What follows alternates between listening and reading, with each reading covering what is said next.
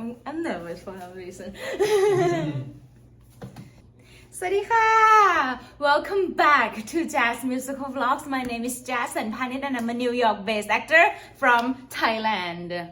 Thank you so much for coming back to watch my video after I disappeared for almost a month. I think it's a month. I have a reason why I disappeared and I will tell you today in my vlog. And before we go to that, if you are new to my channel, my name is Jazz Sunpanich. I'm pursuing my Broadway dream in New York for almost 6 years now. Oh my god, my heart just stopped. Originally from Thailand, now I'm working very hard to make that happen this year. We'll see how it goes. It's been 6 months by now, but I'm close. I'm getting close. Alright, let's get to the point. The reason why I disappeared for almost a month because I am officially diagnosed with multiple lymphoma. Yeah, that sounds scary, especially lymphoma, you know, it's cancer. So just talking about it makes my heart just kind of shivering a little bit. First thing I need you guys who are watching right now know is a not dangerous kind. The survival rate is 100%, so it's good, and I think that this is the best case scenario for me to have a cancer. Oh, I had a cancer. You can say that now I am a cancer survivor, but I just feel like using the word survivor, it's kind of I don't really deserve that. And the reason why I didn't tell a lot of people because it's curable and I feel like I don't deserve all the compassion. I don't deserve the I'm sorry to hear that or whatever. I just feel like this gonna be okay. I will be okay. Hearing people and knowing that people would be worried about me, I just feel like I really don't deserve that. So if you guys worried about me, just know that I'm okay and now I'm good with the treatment. I know you guys have a lot of questions, so let me start from the beginning. I noticed the growth in my right eye, the bottom of my right eye in August last year. I saw it by accident. Actually, Ben found it. At the beginning, Ben thought that it was my contact lens stuck in my eye, but it's definitely not contact lens. So we tried to get an eye appointment with the eye doctor as soon as possible. But the earliest time that we could see doctor was in December. And at that time it was in August. Then in October, I went to Thailand, and thanks to my mom, she was a nurse, so she managed to squeeze me in to see an eye doctor. And then when she saw my eye, she told me that she needed to talk to her supervisor about it. And I was waiting for a while, and then she took me back in the room and I got to meet with her supervisor and they talked about it, and I heard the term salmon patch for the first time. Then I was waiting for a while, and then I went back to see her in the room again, and she said, do you know what lymphoma is? And at that time I didn't know what lymphoma is. She asked me in English, so I didn't know that's the name of cancer. So I looked it up and I saw that, oh, it's a cancer. And I asked her, is this it? And she's like, hopefully not, but what I had was called a salmon patch, and that's a risk for lymphoma, so we need to get the biopsy done as soon as possible. But I couldn't get it because I was in Thailand and I was leaving Thailand in 2 days. Once I got back home to New York, it was finally urgent enough to get the doctor to see me as soon as possible. And the doctor performed the biopsy. The result came back and it was called reactive hyperplasia. I will get the right term and put it right here.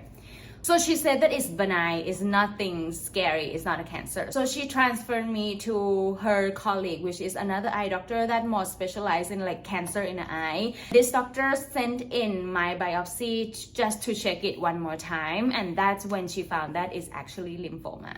And that's when the fun began. What I had is called non-hogkin lymphoma or multiple lymphoma. This type of cancer is really rare but not scary. It grows very slowly, and even if it's a stage 4, it's still not life-threatening. I'm not stage 4, by the way.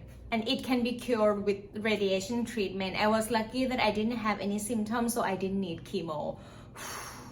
Once I received the news, I was emotionally confused because first of all, it's not life-threatening. I'm not gonna die because of it. So it's a good thing, but the fact that it's still a cancer. So I was kind of like, should I cry? Should I not? Every time when I was about to cry, then my brain is like, why would you cry? It's nothing. But when I didn't cry, then I feel the weight. I feel the pressure. I just feel like I couldn't breathe. It's very small, but it's very heavy.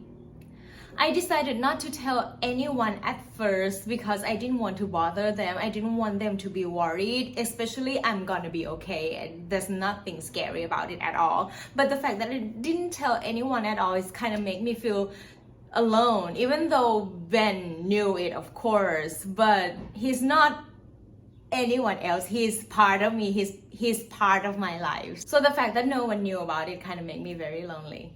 And then I decided to tell my mom, and oh my gosh, she handled it very good because she was a nurse maybe, but she knew that it's gonna be okay. She really knew how to support me, even though she's not here physically, but yeah, I was so proud of her how she handled the news. And once you are diagnosed, you became a priority.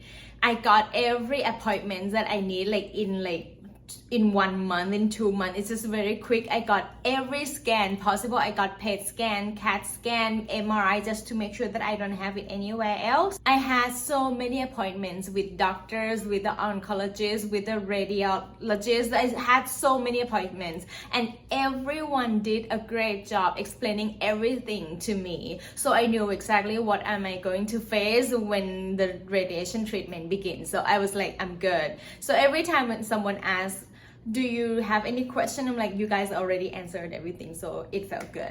And the person that I need to thank so hard, with the bottom of my heart, is Benjamin Newsom. My life, my love, my lifelong partner, my soulmate. He was there every single appointment, every single steps, every single moment. He always there. So I couldn't feel more grateful to have him by my side. He made sure that I had a good rest. He made sure that I had nothing to worry about. How can I not love him? Thank you so much. I love you so much, love. A week before the radiation treatment start, I went in to measure the mass to use during the treatment. So it's basically they have like the big thing put on my face, and it looks like my face is covered, like my whole head and like my neck from the radiation. And the radiation itself is very quick. You got in, you lay on the table, and then they put the mask on you. It was only 10 seconds with radiation in my eyes. So it felt so quick, so small. That's why I felt surprised when I was so tired every time after the radiation. I actually didn't believe at first that I was actually tired. I thought I was imagining it. Because how can the smallest thing possible make my whole body tired like that? So I planned not to stop working. I started working on my branding. I started working on my website, my stuff that I can do. All the stuff that I could do on computer that I didn't need to like get up and do stuff so much. But what happened was I passed out on my laptop. I was too tired to do that, and I was like, maybe I didn't have a good sleep or something. So a few days after, because I was so bored, I got up and do some baking. And toward the ends, my body started shaking like crazy, and I felt like I couldn't stand anymore. I felt like fainting. Once I sat down, I finally realized that my body wasn't okay. And after that day, I just let myself rest. Sadly. Since then, I promised myself not to think about acting world or the industry at all. Every time when I thought about working, like practicing singing, working on monologue, I just like snap myself out. I even stopped listening to music because listening to music will make me think of the technique and how can I sing that song. So I stopped listening to song completely. It's so funny that at the beginning of this year, I told myself, this year is the year that I will no longer be nice to myself. I think this is the way that my body got back at me. I believe that this is the way that my body resetting itself. You know me by now that if I can still get up and do the work physically, I will work. So the way to stop me completely is to make me not be able to get up physically. And yeah, my body did. So I feel so grateful for it. Toward the second half of the radiation treatment, I started to feel even more fatigued, even more tired than before. My head was very heavy, my eye was very dry, and after the radiation finished, actually that's when all the side effects that the doctor told me actually happened. The skin around my eye turning red and swollen, my eye was very dry, I got extremely fatigued than before. I would wake up in the morning with my eye glued shut with eye goop. The most boring part was I was still tired. I was looking forward to jump into work right away after the radiation, but haha, it didn't happen. I was still tired like for 2 weeks, and this is actually exact 2 weeks after the radiation was done. I was actually still tired, but less than 2 weeks before. I pushed myself a little bit today and get out to work on my craft.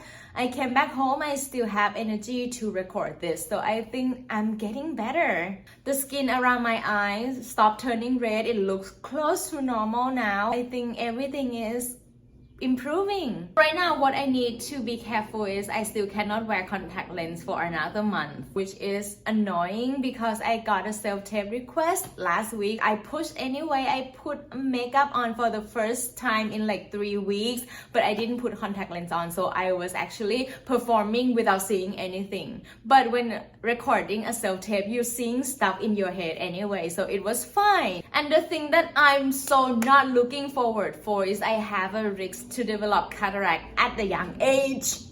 With the radiation, the cataract can happen in 2 years or later, but I kind of hope that it's not happening because the surgery itself is scarier than the radiation. I really hope it's not happening to me.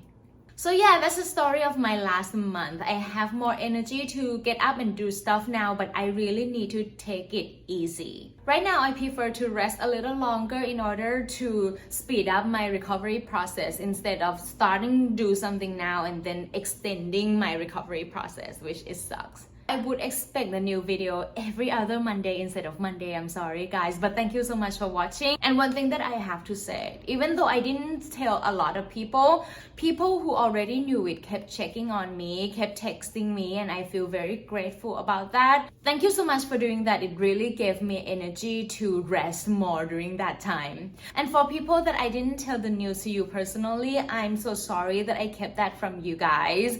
Like I said at the beginning, I felt like this is so small. I didn't want to bother you. I didn't want to have you worried about me, and it turned out that it's just small thing ever. I just felt like I didn't deserve your concern. My symptom is nothing, and even though it's a cancer, it's curable and it's not life-threatening. I don't even need a chemo. So I just feel like if you said I'm sorry, I don't know, I just feel like I bother you by telling you this news. So I'm so sorry that I have to tell you guys, everyone right here with the video. Please forgive me.